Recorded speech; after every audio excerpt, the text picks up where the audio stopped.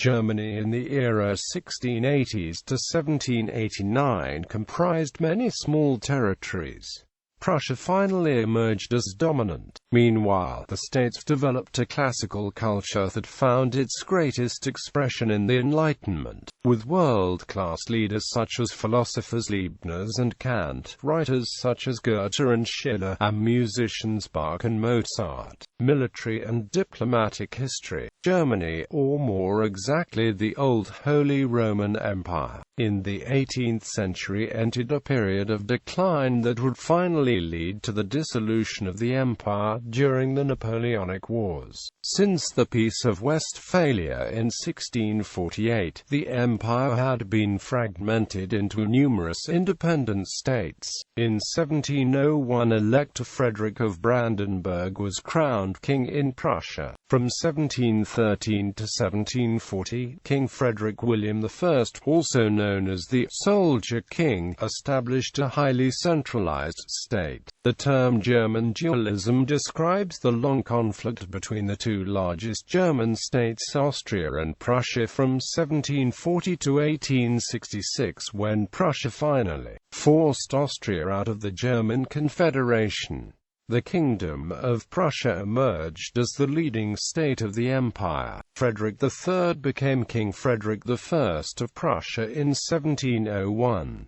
Since there was only one king of the Germans within the empire, Frederick gained the assent of Emperor Leopold I to his adoption of the title of king in Prussia, based on his non-imperial territories. The title came into general acceptance with the Treaty of Utrecht. Sweden's defeat by Russia, Saxony, Poland, Denmark, Norway, Hanover, and Prussia in the Great Northern War marked the end of significant Swedish power on the southern shores of the Baltic Sea. In the Prusso-Swedish Treaty of Stockholm, Prussia regained Stettin and other parts of Sweden's holding in Pomerania. The Hohenzollerns of Brandenburg had held the reversion to the Duchy of Pomerania since 1472.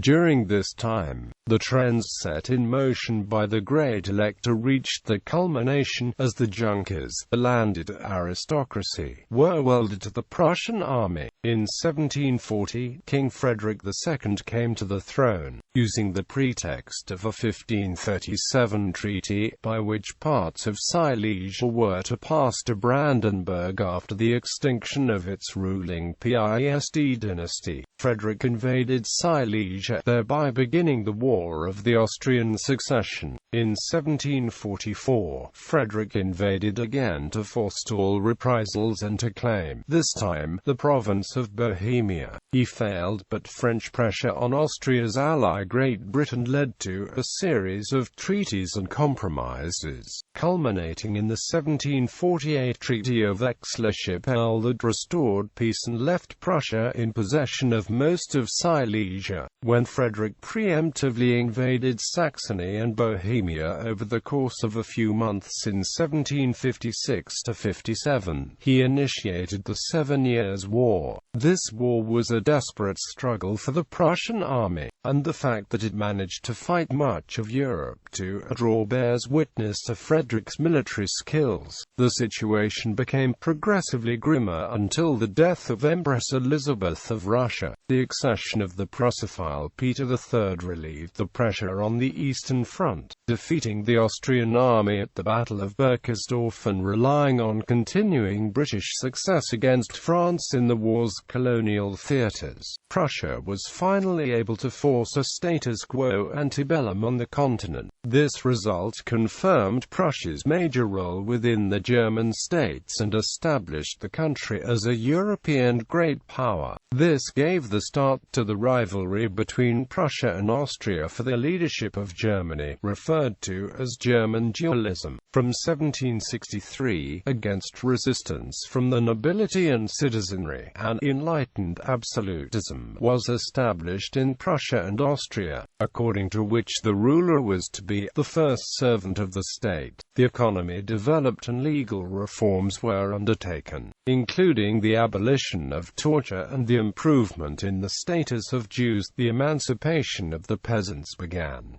Education was promoted. In 1772–95, Prussia took part in the partitions of Poland, occupying western territories of the Polish-Lithuanian Commonwealth, which led to centuries of Polish resistance against German rule and persecution. To the east and south of Prussia, the Polish-Lithuanian Commonwealth had gradually weakened during the 18th century. Frederick took part in the first of the partitions of Poland, between Russia, Prussia, and Austria in 1772. The Kingdom of Prussia annexed most of the Polish province of Royal Prussia, including Warmia. The annexed land was organized the following year into the province of West Prussia. The new territory connected East Prussia with Pomerania, uniting the kingdom's eastern territories. After Frederick died in 1786, his nephew Frederick William II continued the partitions, gaining a large part of western Poland in 1793. In 1795, the Kingdom of Poland ceased to exist and a large area to the south of East Prussia became part of Prussia. These new territories were organized into the provinces of New Silesia, South Prussia, and New East Prussia. The French Revolution sparked a new war between France and several of its eastern neighbors, including Prussia and Austria. Following the Peace of Basel in 1795 with Prussia, the west bank of the Rhine was ceded to France. Napoleon I of France relaunched the war against the Empire. In 1803, under the Reichsdeputationshauptschluss, he abolished almost all the ecclesiastical and the smaller secular states and most of the imperial free cities. New medium-sized states were established in southwestern Germany. In turn, Prussia gained territory in northwestern Germany. The Holy Roman Empire was formally dissolved on 6 August 1806 when the last Holy Roman Emperor Francis II resigned. Francis II's family continued to be called Austrian emperors until 1918. In 1806 the Confederation of the Rhine was established under Napoleon's protection politics. From 1640, Brandenburg Prussia had started to rise under the Great Elector, Frederick William. The Peace of Westphalia in 1648 strengthened it even further, through the acquisition of East Pomerania. From 1713 to 1740, King Frederick William I, also known as the Soldier King, established a highly centralized, militarized state with a heavily rural population of about 3 million. In terms of the boundaries of 1914, Germany in 1700 had a population of 16 million, increasing slightly to 17 million by 1750, and growing more rapidly to 24 million by 1800. Wars continued, but they were no longer so devastating to the civilian population. Famines and major epidemics did not occur, but increased agricultural productivity led to a higher birth rate and a lower death rate. In the War of the Austrian Succession, Maria Theresa fought successfully for recognition of her succession to the throne, but in the Silesian Wars and in the 7 Years' War she had to cede 95% of Silesia to Frederick II, the Great of Prussia. After the Peace of Hubertsburg in 1763 between Austria, Prussia and Saxony, Prussia became a European great power. This gave the start to the rivalry between Prussia and Austria for the leadership of Germany. From 1763, against resistance from the nobility and citizenry, an enlightened absolutism was established in Prussia and Austria, according to which the ruler governed according to the best precepts of the philosophers. The economies developed and legal reforms were undertaken, including the abolition of torture and the improvement in the status of Jews. Emancipation of the peasants slowly began. Compulsory education was instituted. In 1772 to 1795, Prussia took part in the partitions of Poland. Prussia occupied the western territories of the former Polish-Lithuanian Commonwealth that surrounded existing Prussian holdings. This occupation led to centuries of Polish resistance against Germanization.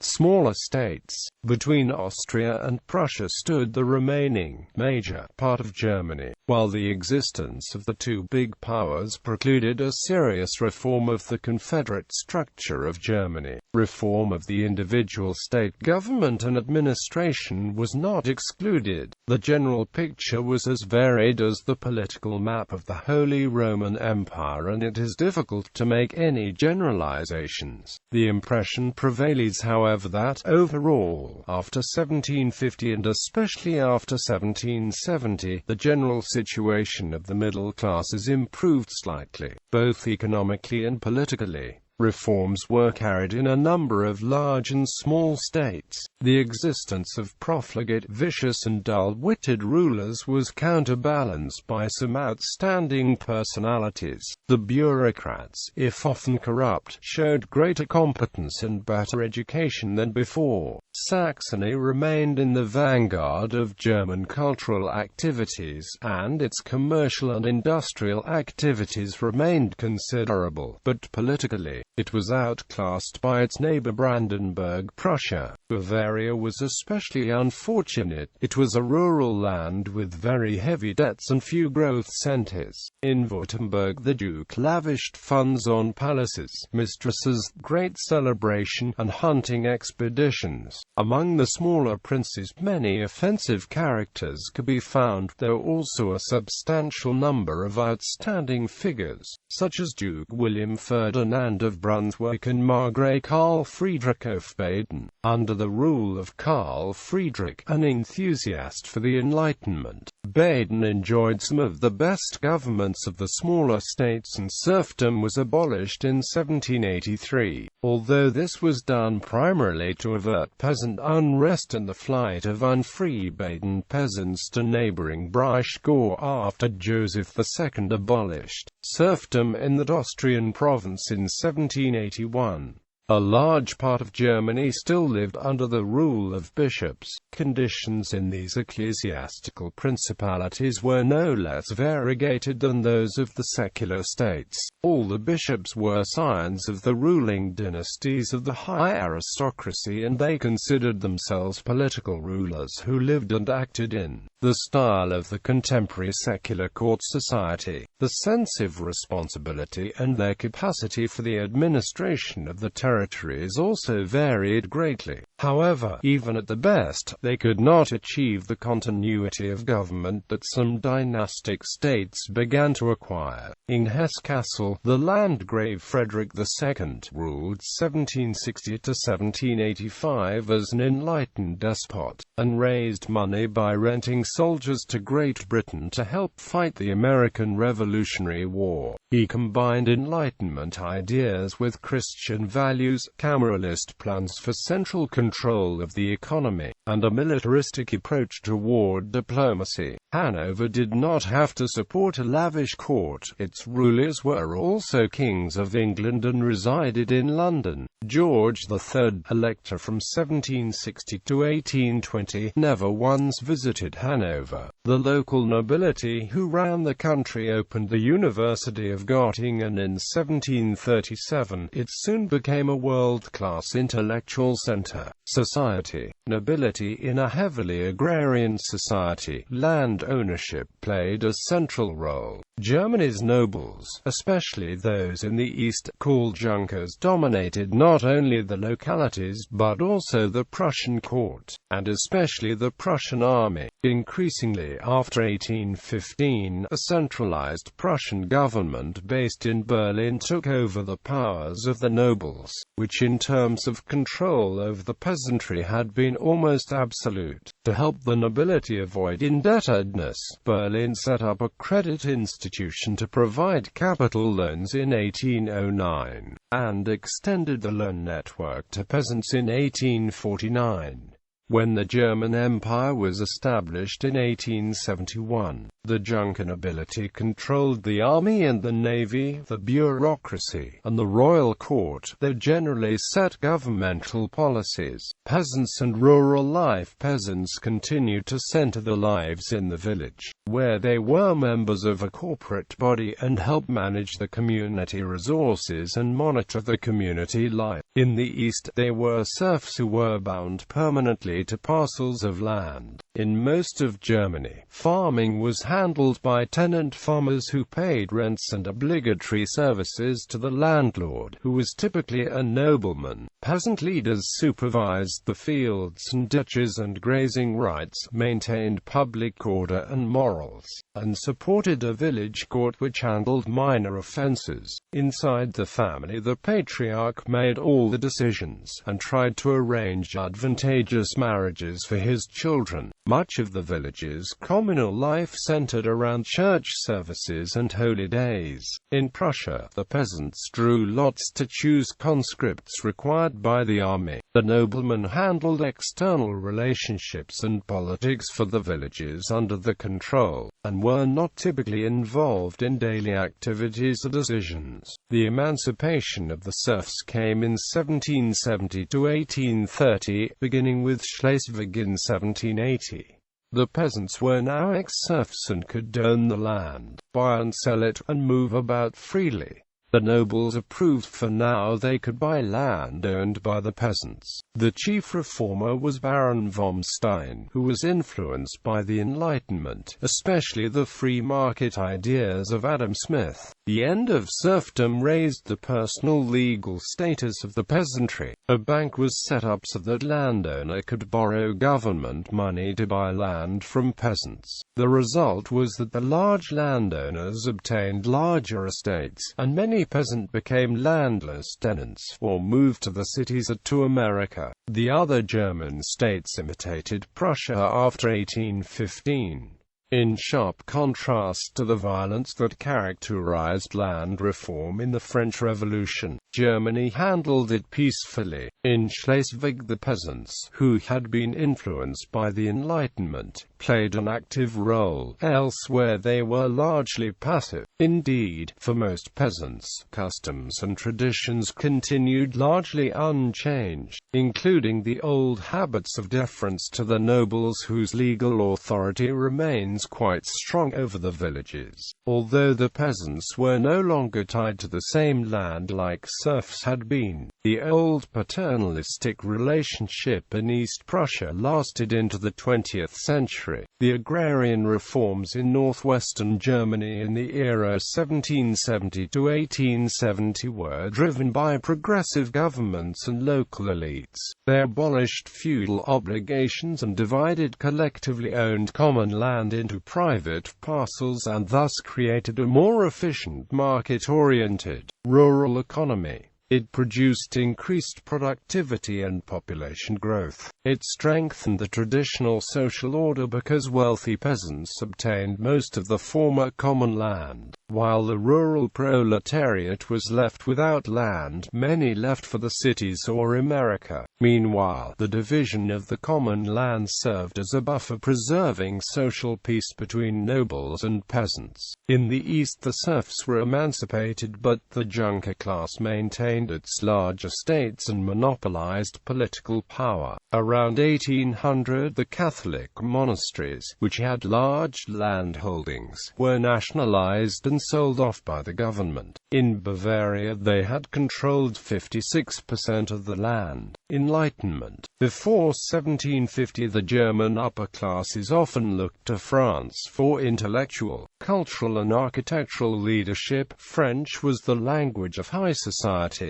By the mid-18th century, the Aufklärung had transformed German high culture in music, philosophy, science and literature. Christian Wolff was the pioneer as a writer who expounded the Enlightenment to German readers. He legitimized German as a philosophic language. Johann Gottfried von Herder broke new ground in philosophy and poetry, as a leader of the Sturm und Drang movement of proto-romanticism. Weimar Weimar Classicism was a cultural and literary movement based in Weimar that sought to establish a new humanism by synthesizing Romantic, Classical, and Enlightenment ideas. The movement, from 1772 until 1805, involved Herder as well as polymath Johann Wolfgang von Goethe and Friedrich Schiller, a poet and historian. Herder argued that every folk had its own particular identity,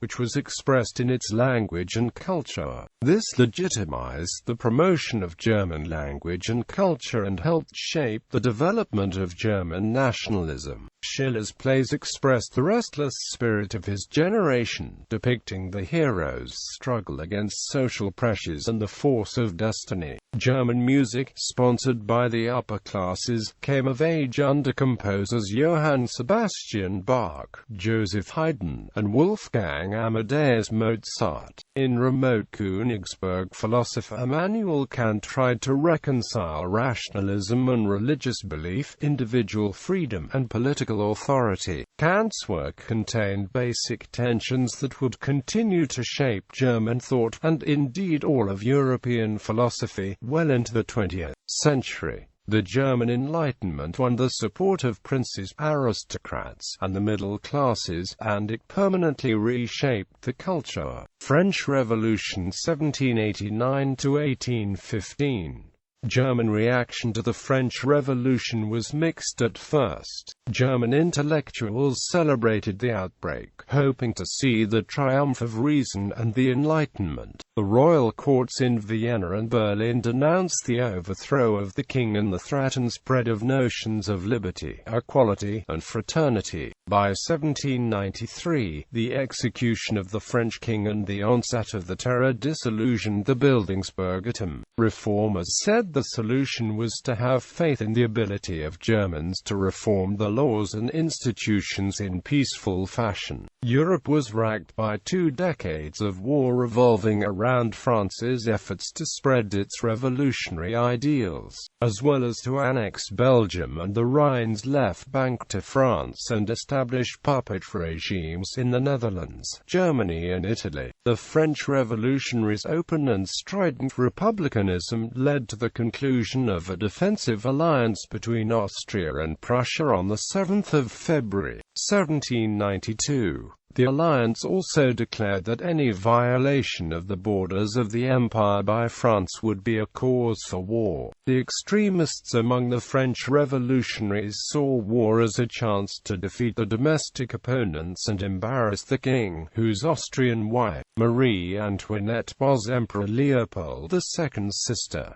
They demanded that Austria not only disarm but abandon all alliances directed against France. Upon Leopold II's refusal, France declared war on Austria and Prussia on the 20th of April. Austria and Prussia then invaded France, but were defeated at the Battle of Valmy. The German lands saw armies marching back and forth, bringing devastation, but also bringing new ideas of liberty and civil rights for the people. Prussia and Austria ended the failed wars with France but partitioned Poland among themselves in 1793 and 1795. The French took control of the Rhineland, imposed French-style reforms, abolished feudalism, established constitutions, promoted freedom of religion, emancipated Jews, opened the bureaucracy to ordinary citizens of talent, and forced the nobility to share power with the rising middle class. Napoleon created the Kingdom of Westphalia as a model state. These reforms proved largely permanent and modernized the western parts of Germany. When the French tried to impose the French language, German opposition grew in intensity. A second coalition of Britain, Russia, and Austria then attacked France but failed. Napoleon established direct or indirect control over most of Western Europe, including the German states apart from Prussia and Austria. The old Holy Roman Empire was little more than a farce. Napoleon simply abolished it in 1806 while forming new countries under his control. In Germany, Napoleon set up the Confederation of the Rhine, comprising most of the German states except Prussia and Austria. Prussia tried to remain neutral while imposing tight controls on dissent, but with German nationalism sharply on the rise, the small nation blundered by going to war with Napoleon in 1806. Its economy was weak, its leadership poor, and the once mighty Prussian army was a hollow shell. Napoleon easily crushed it at the Battle of Jena. Napoleon occupied Berlin, and Prussia paid dearly. Prussia lost its recently acquired territories in western Germany. Its army was reduced to 42,000 men. No trade with Britain was allowed, and Berlin had to pay Paris heavy reparations and fund the French army of occupation. Saxony changed sides to support Napoleon and join his Confederation of the Rhine. Its elector was rewarded with the title of king and given a slice of Poland taken from Prussia. After Napoleon's fiasco in Russia in 1812, including the deaths of many Germans in his invasion army, Prussia joined with Russia. Major battles followed in quick order, and when Austria switched sides to oppose Napoleon, his situation grew tenuous. He was defeated at the Battle of Leipzig in late 1813, and his empire quickly unraveled. One after another, the German states switched to oppose Napoleon, but he rejected peace terms. Allied armies invaded France in early 1814. Paris fell, and in April Napoleon surrendered. He returned for 100 days in 1815, but was finally defeated by the British and German armies at Waterloo. Prussia was the big winner at the Vienna Peace Conference, gaining extensive territory.